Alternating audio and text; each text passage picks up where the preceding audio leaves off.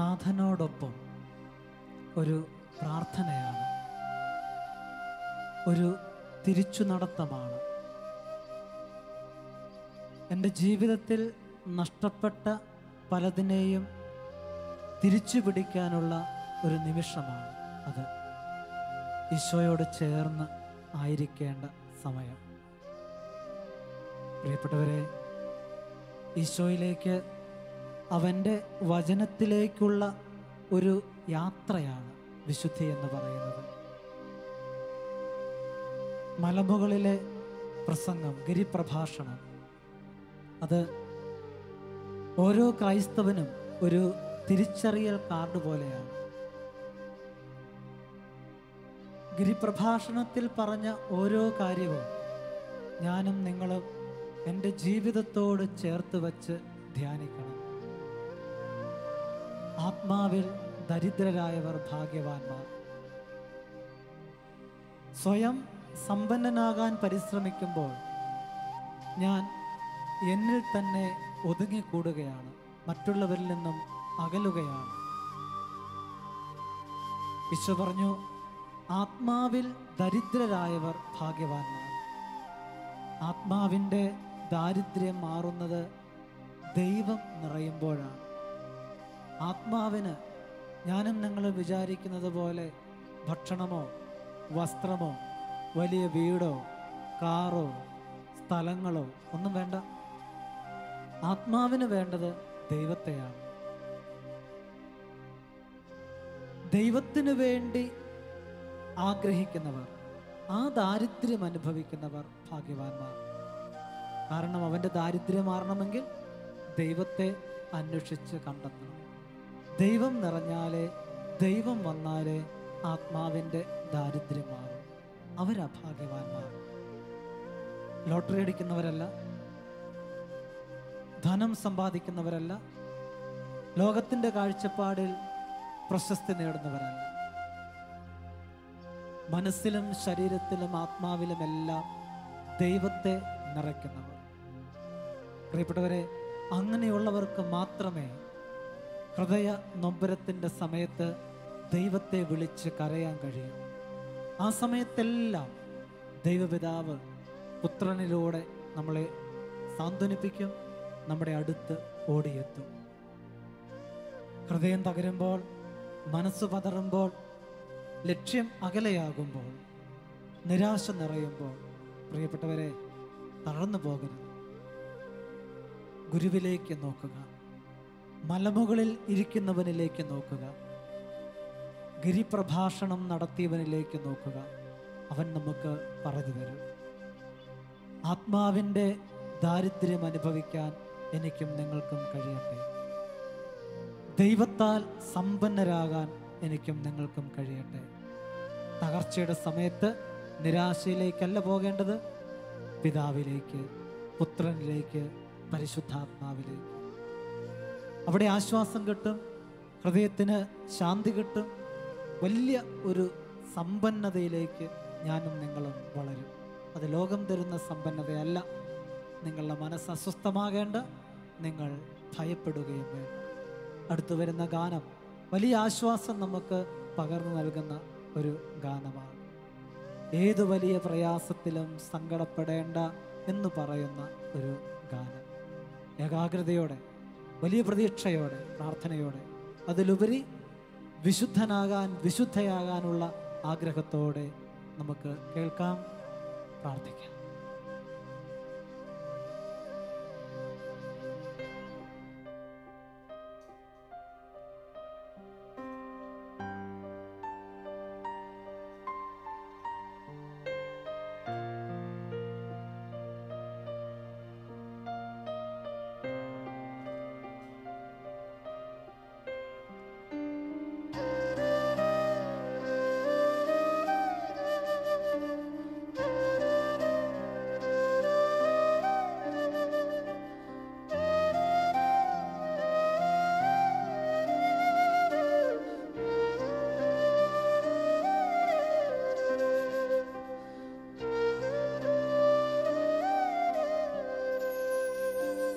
ഹൃദയം തകർന്നോരു നാൾ യേശുവേ നിന്നെ വിളിച്ചു, കരുത്തേകും നിൻ കരമെൻ തോളിൽ പതിച്ചു. ദുഃഖം മറഞ്ഞു എൻ മിഴികൾ നിറഞ്ഞൊഴുകി, ഹൃദയം തകർന്നൊരു നാൾ യേശുവേ നിന്നെ വിളിച്ചു, കരുത്തേകും നിൻ കരമെൻ തോളിൽ പതിച്ചു. ദുഃഖം മറഞ്ഞു എൻ മിഴികൾ നിറഞ്ഞൊഴുകി.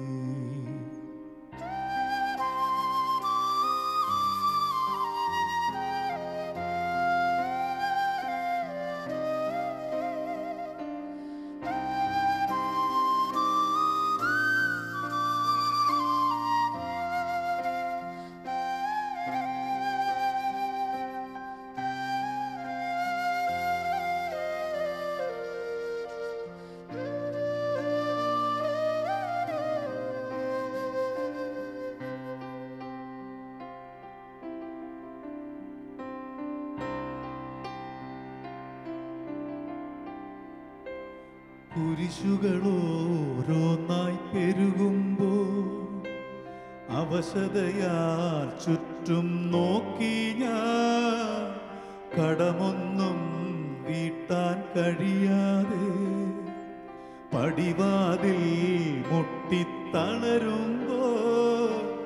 കാലക്കേടാണെന്നോതിയെല്ലാരും വേഗം എന്നിൽ നിന്നകലുമ്പോൾ, നാണക്കേടിൻ്റെ നേരത്താരും തെല്ലാശ്വാസം നൽകാനില്ലാതാ, ക്രൂശിലേക്കൊന്നു നോക്കി ഞാൻ, ഹൃദയം തകർന്നൊരു നാൾ യേശുവേ നിന്നെ വിളിച്ചു, കരുത്തേകും നിൻ കരമെൻ തോളിൽ പതിച്ചു.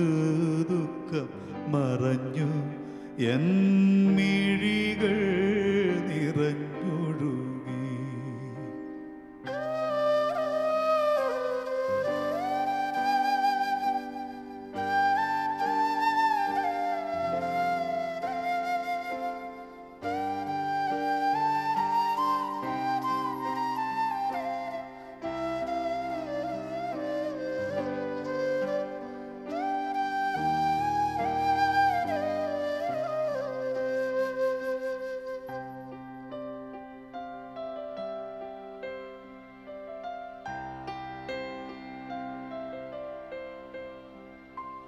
സഹചര ഞാനെന്നും സ്നേഹിച്ചു, അവരുയരാൻ നന്നായി യത്നിച്ചു, പകലും രാവും ഞാൻ പ്രാർത്ഥിച്ചു, സമയം ഞാനേറെ പങ്കിട്ടു, എന്നെ തേടാനും കൂടെ നിൽക്കാനും വരുമല്ലോ അവരെന്നാശിച്ചു.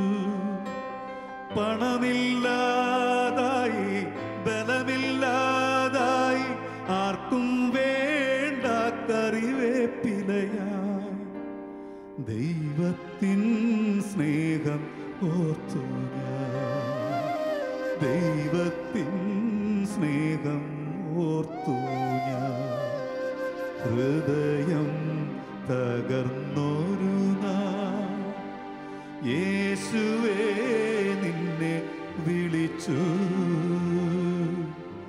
കരുത്തേകും നിൻ കരമെൻ തോളിൽ പതിച്ചു.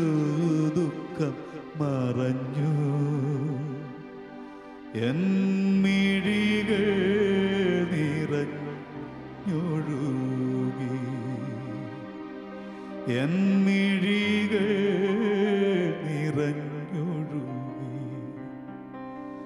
എൻ മിഴികൾ നിറഞ്ഞൊഴുകി.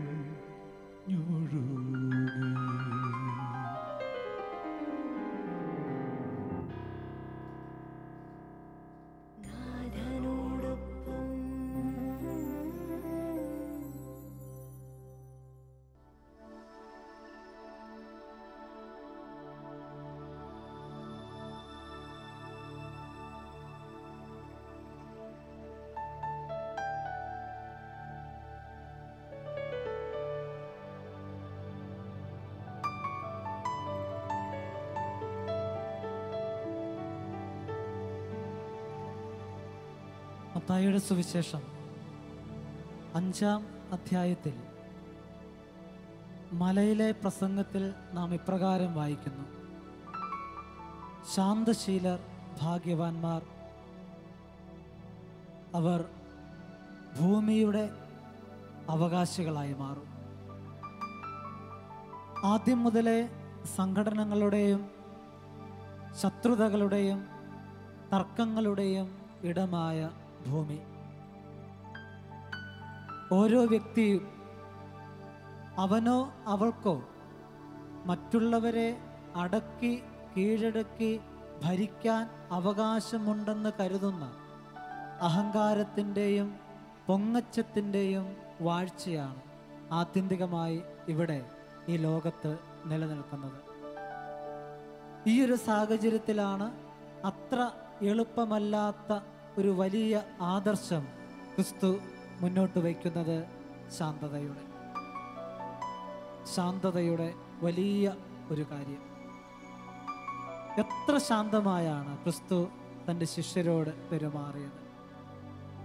എത്ര ശാന്തമായിട്ടാണ് ക്രിസ്തു തൻ്റെ ജീവിതത്തിൽ മറ്റുള്ളവരോട് ഇടപെട്ടത്! മത്തായിയുടെ സുവിശേഷം 11:29 നാം വായിക്കുന്നുണ്ട്: ഞാൻ ശാന്തശീലനും വിനീത ഹൃദയനുമാണ്, ആകയാൽ എൻ്റെ നുകം വഹിക്കുകയും എന്നിൽ നിന്ന് പഠിക്കുകയും ചെയ്യുവേ. എത്ര പെട്ടെന്നാണ് ഈ ശാന്തത എനിക്കും നിങ്ങൾക്കും നഷ്ടമാകുന്നത്! എന്തുകൊണ്ടാണ് ഞാൻ ഇത്രയും പെട്ടെന്ന് കോപിക്കുന്നത്? നമ്മളായിരിക്കുന്ന അവസരങ്ങളിൽ, ജീവിതത്തിൽ, ജീവിത മേഖലകളിൽ എത്ര പെട്ടെന്നാണ് ഞാനും നിങ്ങളും ദേഷ്യപ്പെടുന്നത്, പ്രകോപിതരാകുന്നത്? പ്രിയപ്പെട്ടവരെ, ഓർക്കണം, ശാന്തതയോടെ നിങ്ങൾ ഭൂമിയുടെ അവകാശികളായി മാറണം. അത്ര എളുപ്പമുള്ള കാര്യമല്ല. നമുക്ക് ഒരുപാട് ശാന്തതയിൽ, സ്വസ്ഥതയിൽ ജീവിക്കാം. ആരോടും ദേഷ്യപ്പെടാതെ, ആരോടും പരാതി പറയാതെ. പരിഭവങ്ങളൊക്കെ ഉണ്ടാകാം മനുഷ്യരെന്ന രീതിയിൽ. അതൊക്കെ പരസ്പരം പറഞ്ഞും തിരുത്തിയും പൊറുത്തും നമുക്കങ്ങ് ജീവിക്കാം. എന്നിട്ട് ഈ ഭൂമിയുടെ അവകാശികളായി നമുക്ക് മാറാം. ഈശോയുടെ വലിയ ഒരു കൽപ്പനയും പ്രമാണവുമാണത്. ശാന്തശീലർ ഭാഗ്യവാന്മാർ. കർത്താവിൻ്റെ ശാന്തതയിലേക്ക് നമുക്ക് വളരാം. കർത്താവിൻ്റെ സ്വസ്ഥതയിലേക്ക്, സമാധാനത്തിലേക്ക് നമുക്ക് വളർന്ന് ഉയരാം. അങ്ങനെ നമ്മുടെ ജീവിതത്തെ കുറെ കൂടി മനോഹരമാക്കാം. പ്രിയപ്പെട്ടവരെ, അടുത്ത ഗാനം നമ്മൾ ആലപിക്കുമ്പോൾ കർത്താവിൻ്റെ ഈ ശാന്തതയിലേക്ക് നമുക്ക് നമ്മുടെ ജീവിതത്തെ ചേർത്ത് വയ്ക്കാം. ഒരുപാട് ബുദ്ധിമുട്ടുകൾ, പ്രശ്നങ്ങൾ, സങ്കടങ്ങൾ നിറഞ്ഞ ജീവിതത്തെ കർത്താവിൻ്റെ ശാന്തതയോട് ചേർത്ത് വയ്ക്കാം. കുരിശിൽ അവൻ എത്ര ശാന്തതയിൽ കിടന്നു മരിച്ചു. ഗാഗുൽത്തായിലേക്കുള്ള യാത്രയിൽ അവൻ എത്ര നിശബ്ദനും ശാന്തതയുള്ളവനുമായിരുന്നു. പ്രിയപ്പെട്ടവരെ, ശ്രദ്ധിക്കണം, അവൻ ഒരിക്കലും ഒരിടത്തും എടുത്തു ചാടി ആരെയും പ്രകോപിപ്പിച്ചില്ല. ദേഷ്യപ്പെട്ട നിമിഷങ്ങളൊക്കെ ഉണ്ടായിട്ടുണ്ട്. ദേവാലയത്തിൽ വെച്ച് നമ്മളത് വായിക്കുന്നുണ്ട്, ജെറുസലേം ദേവാലയത്തിൽ വെച്ച്. പക്ഷേ തൊട്ടടുത്ത നിമിഷത്തിൽ അവൻ ആ ശാന്തത വീണ്ടെടുക്കുകയാണ്. നമുക്കും നമ്മുടെ ജീവിതത്തിൽ ആ ശാന്തതയിലേക്ക് വരാം, നിശബ്ദതയിലേക്ക് വരാം, ദൈവാനുഭവം സ്വന്തമാക്കാം, ഭൂമിയുടെ അവകാശികളായി മാറാം. ദൈവം അനുഗ്രഹിക്കട്ടെ.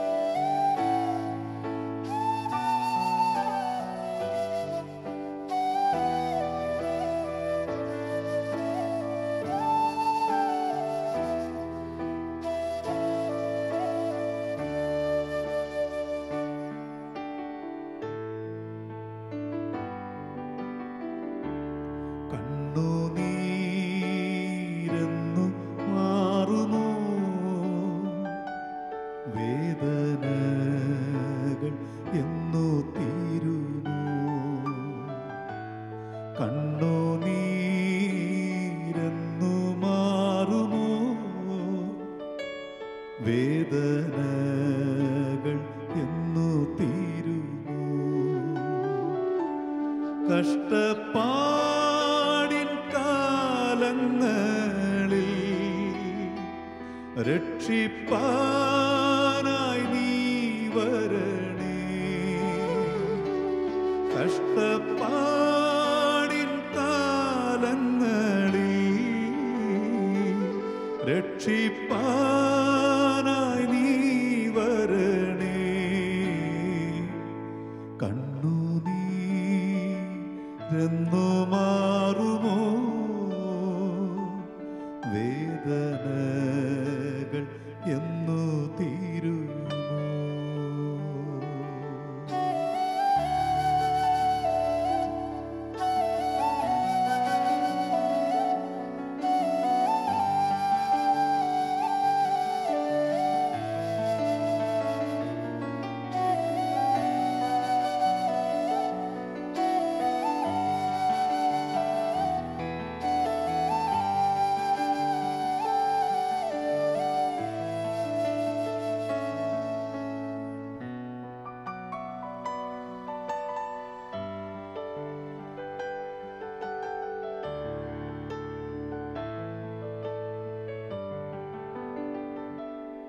ഈഹത്തിൽ ഒന്നുമില്ലായേ നേടിയതെല്ലാം മിഥ്യയേ ഈഹത്തിൽ ഒന്നുമില്ലായേ നേടിയതെല്ലാം മിഥ്യയേ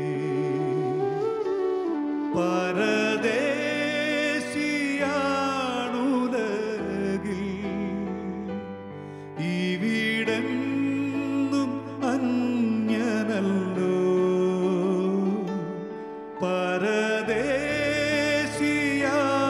പരദേശിയാണുലകിൽ ഇവിടെന്നും അന്യനല്ലോ കണ്ണുനീരെന്നു മാറുമോ വേദനകൾ എന്നു തീരുമോ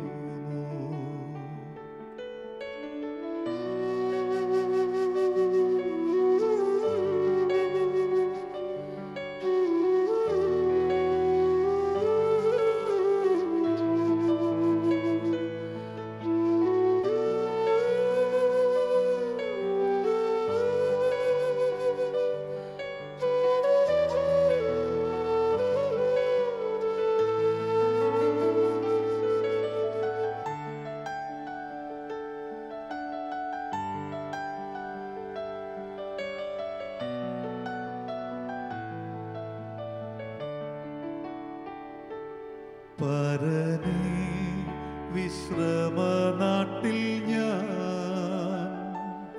എത്തുവാൻ വെമ്പൽ കൊള്ളുന്നേ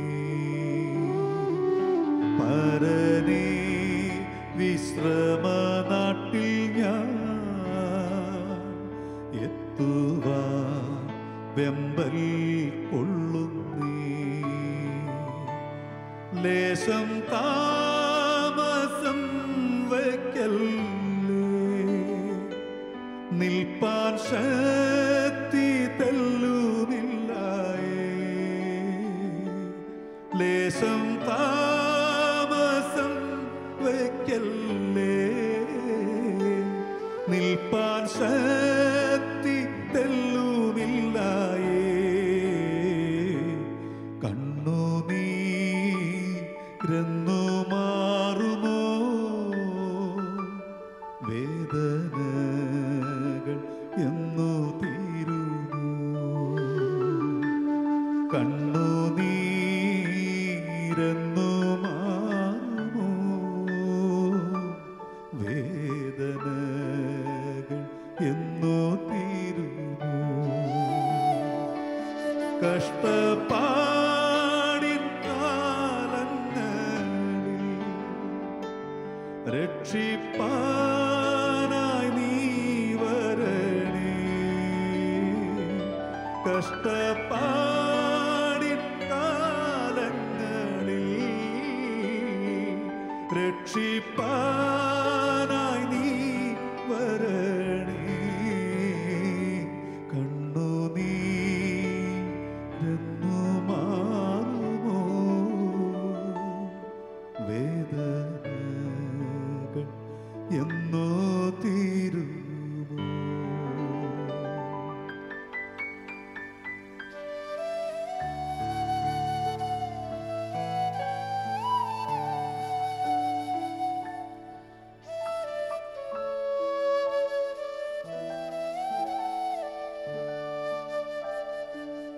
കണ്ണുനീരിൻ്റെയും കഷ്ടപ്പാടുകളുടെയും നാളുകളിൽ ഇടറാതിരിക്കുന്നതാണ് വിശുദ്ധി എന്ന് പറഞ്ഞത് വിശുദ്ധ കൊച്ചുത്രേസ്യയാണ്.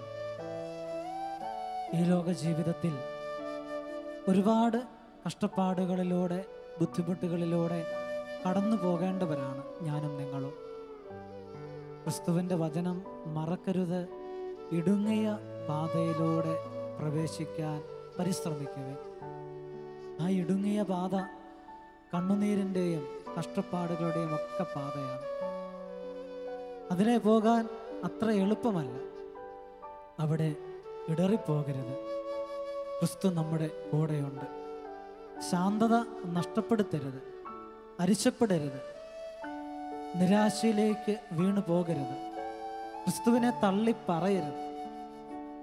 ക്രിസ്തു ഇതൊന്നും കാണുന്നില്ല, എന്താ എനിക്ക് മാത്രം ഇത് ഇങ്ങനെ എന്നൊന്നും പറയരുത്. എല്ലാം അറിയുന്നവൻ നമ്മുടെ കൂടെയുണ്ട് എന്നുള്ള വലിയ വിശ്വാസം. ക്രിസ്തുവും ഒരിക്കൽ അങ്ങനെയുള്ളൊരു അനുഭവത്തിലൂടെ കടന്നുപോയി. പിതാവേ, എന്തുകൊണ്ടാണ് നീ എന്നെ ഉപേക്ഷിച്ചത്?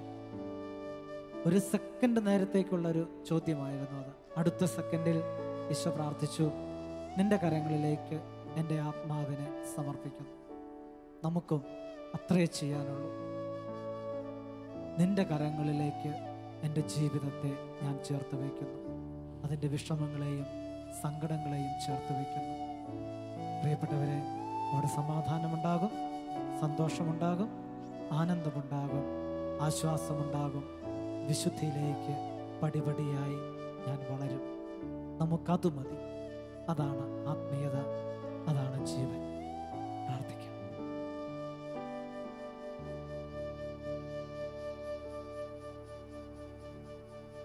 ഹൃദയം തകർന്നോരു നാൾ യേശുവേ നിന്നെ വിളിച്ചു.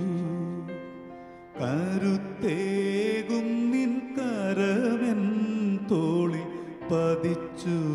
ദുഃഖം മറഞ്ഞു, എൻ മിഴികൾ നിറഞ്ഞൊഴുകി. ഹൃദയം തകർന്നോരു നാൾ യേശുവേ നിന്നെ വിളിച്ചു. കരുത്തേകും നിൻ കരമെൻ തോളിൽ പതിച്ചു. ദുഃഖം മറഞ്ഞു, എൻ മിഴികൾ നിറഞ്ഞു.